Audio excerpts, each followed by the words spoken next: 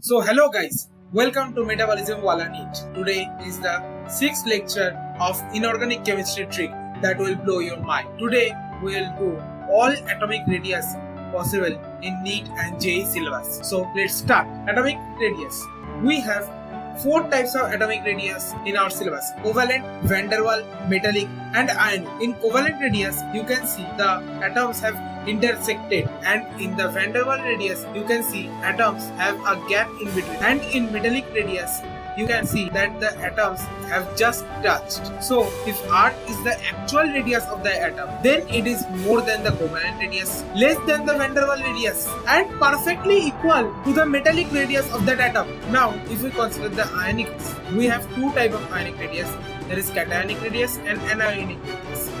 More the positive charge, the lesser will be the size of atom due to more Z effective, and more the negative charge, the greater will be the size because of less Z effective. So let an atom A which has this much size, if we make it A positive, then it will have this much size, and then if we give it again a positive charge, that is make it A2 positive, then we will get such a small atom. And now let us consider an atom B which has this much size. If we convert it to B minus by adding an electron, then we will get such an size, and if we convert it into B2 minus, then we will get such a size. Okay, so the conclusion is ionic size is directly proportional to negative charge and inversely proportional to positive charge. Remember this. Okay, next, variation of atomic radius across a period. Across a period, the atomic radius decreases regularly up to the halogens. This is due to increase in atomic number. There is positive charge in the nucleus, so the effective nuclear charge, that is Z effective, increases without any increase in the number of shells.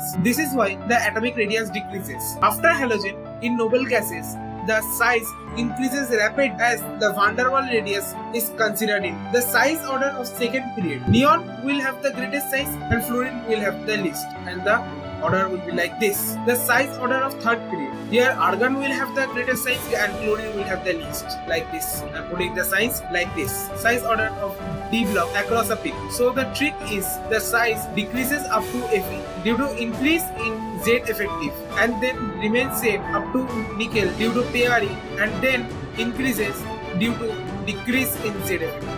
So we have this order, first decreasing, then remains same, then increase. Okay. Now the size order of other D series are the same, like 3. The size order of F block. Here the trick is europium has the largest size, and then the size decreases across the block like this.